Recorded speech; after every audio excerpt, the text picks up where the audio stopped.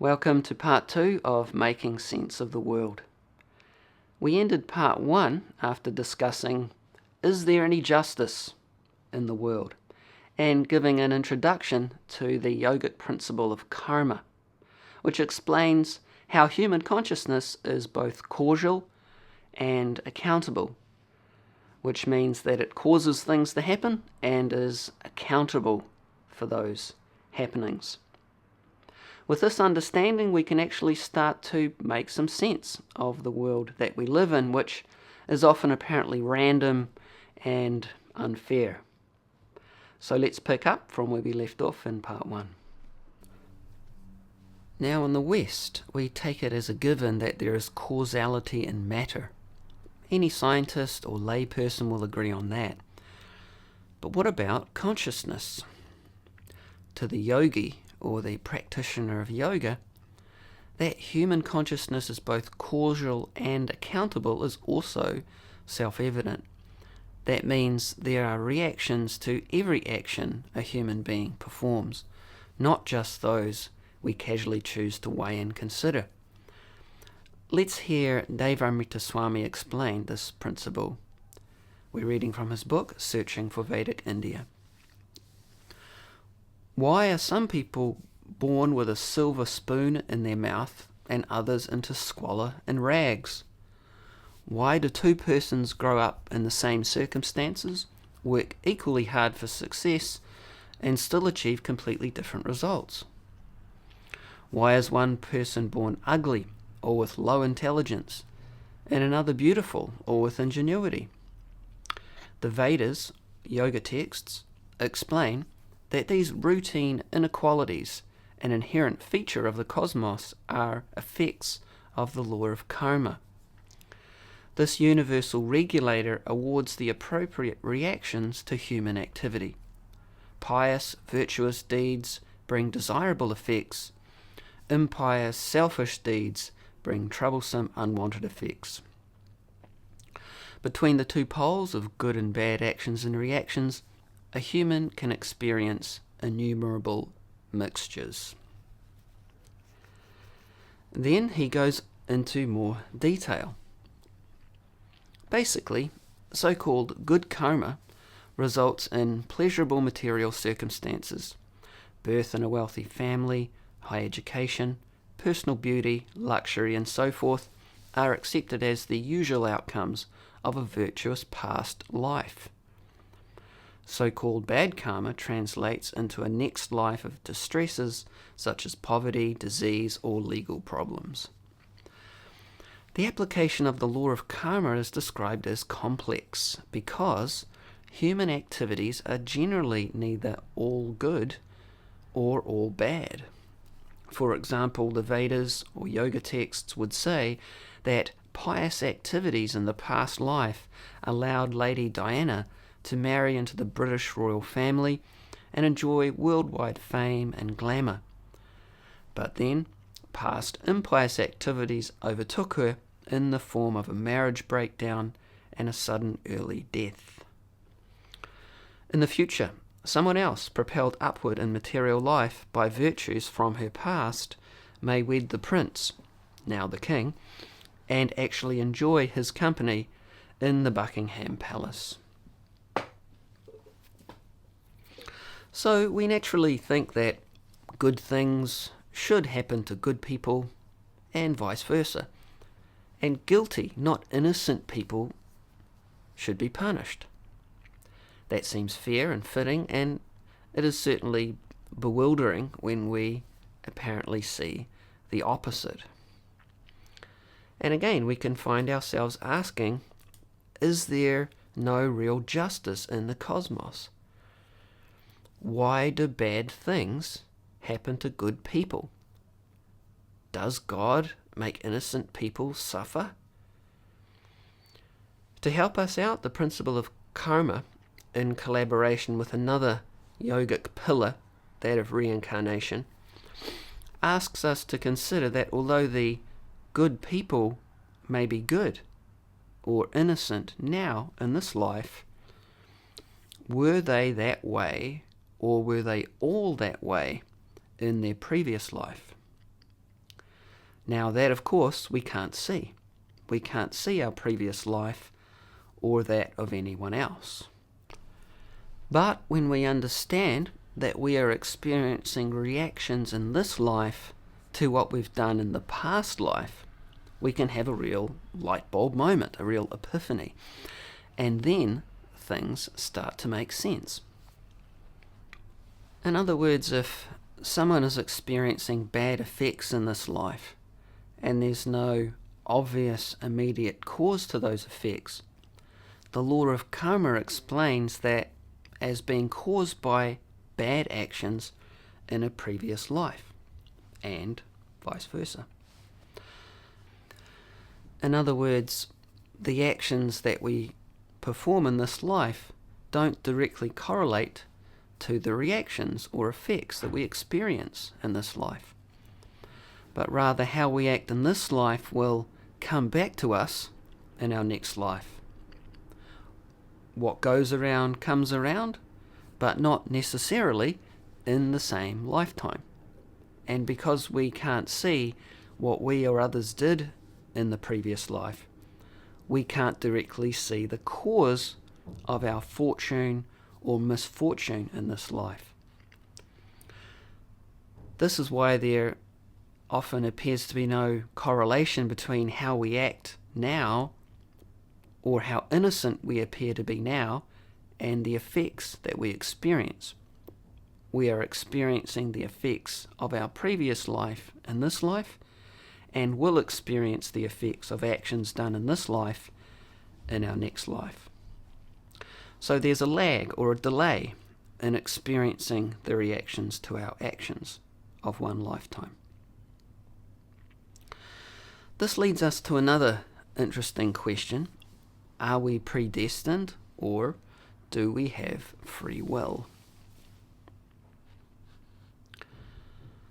Some argue for predestination. We have no independence. Everything in life is predestined. While others take the opposite stance. Life is completely in our hands. It's all up to us. How does the universal law of karma deal with these two opposing perspectives? Well, through the lens of karma, we understand that both perspectives are actually true. We are simultaneously predestined from the past life and free to create our future life. Let's hear again from Devamrita Swami. The Vedic universal law of karma allows us to mould our destiny as we want, but once we act, we must undergo the corresponding reactions. In this way, predestination exists side by side with free will. The human being can always choose new actions while simultaneously suffering or enjoying circumstances brought about by the past. For example, the Vedas or yoga texts would say that, owing to mistakes in a previous birth, a person is born with a club foot in North Korea. Certainly, his or her possibilities would be severely restricted due to the birth defect and oppressive regime. But the person can and will choose to act according to the options available. Perhaps the karmi, the Sanskrit term for participant in the web of karma, will volunteer to deliver relief supplies of grain during a famine. So in this way, predestination and free will exist side by side. Now, the precise definition of karma is given in the Bhagavad Gita's 8th chapter. Action resulting in the development of material bodies is called karma, reactive work. So karma means action that creates a reaction, but specifically refers to action that develops another material body. In other words, when we look in the mirror, we are looking at our karma. And that karma, that body, and the circumstances in which it appeared and was raised is predestined by our previous life's activities. But it's not just our birth and upbringing that are predestined. There's also another form of predestination, which when understood revolutionizes our life's priorities and goals. And that is our happiness and our distress. Devamrita Swami explains, explicit in the Vedic science of karma is the impossibility of our fundamentally altering the present quota of achievement and disaster through social, political, or economic measures. The correct allotment of happiness and distress is packed into the body at the time of conception. As the body traverses its stages of growth and decline, the fitting karmic reactions transpire. So this is truly revolutionary knowledge. It means that although we do have free will, we can't actually change our allotted quota of material happiness and distress in our lifetime, as it's predestined as a karmic reaction from our previous life's activities. One way we can practically understand this, as explained in the graduate Bhakti text Srimad Bhagavatam, is that we see that our distress comes of its own accord. We don't go searching for it, in other words, but still distress comes. And the same is true for happiness. It comes of its own accord, like distress, as a reaction to previous activities. In other words, as Devamrita Swami explains, we can tinker with the nuts and bolts of our life, so to speak, but the basic chassis remains unaffected. We will reap what we've sown from the past as a pre-allotment of happiness and distress. So then we may legitimately ask, well, what free will do we actually have? We have the free will to choose how to act now within the limitations brought about by our past actions, and in this way create our future. And through the non-material process of Bhakti Yoga, we can choose to act in such a way as to actually dissolve our karma and become free from karma for good. And this leads us to our conclusion. We could end our presentation here, but to give everyone their money's worth, we must also introduce action which is beyond the law of karma. Because karma, whether so-called good or bad, is actually a huge limitation for the non-material self, subjecting it to the extremely unnatural and unwanted experiences of birth and death, old age and disease.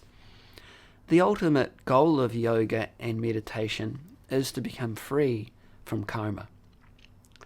That's right, the serious yogi wants to become free from even so-called good karma, understanding that all forms of karma severely limit his or her experience of genuine pleasure. How is that achieved?